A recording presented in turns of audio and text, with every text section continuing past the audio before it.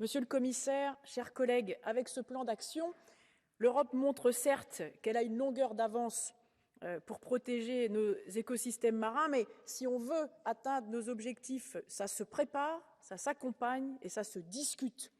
Comme je l'ai rappelé dans le rapport sur la cogestion des pêches, c'est le dialogue avec toutes les parties prenantes qui nous permettra d'obtenir des solutions performantes sur mesure et acceptées par tous.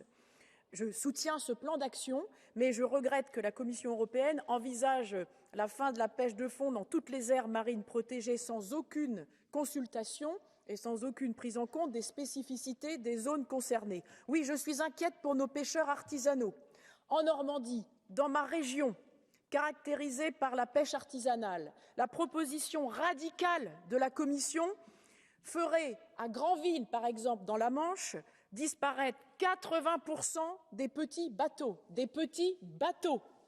L'amélioration de nos pratiques est nécessaire parce que protéger l'environnement, c'est assurer la durabilité de l'activité de pêche, mais c'est en individualisant les mesures qu'elles seront vraiment efficaces et adaptées.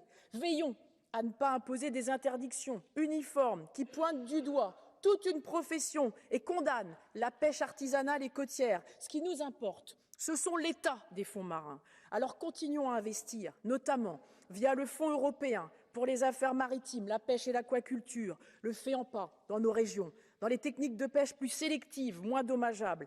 Accompagnons la transition du secteur, accompagnons les pêcheurs, car ce sont bien eux qui s'efforcent de nous nourrir, ce sont eux qui participent à la souveraineté alimentaire quand nous importons aujourd'hui plus de 70% des produits de la pêche.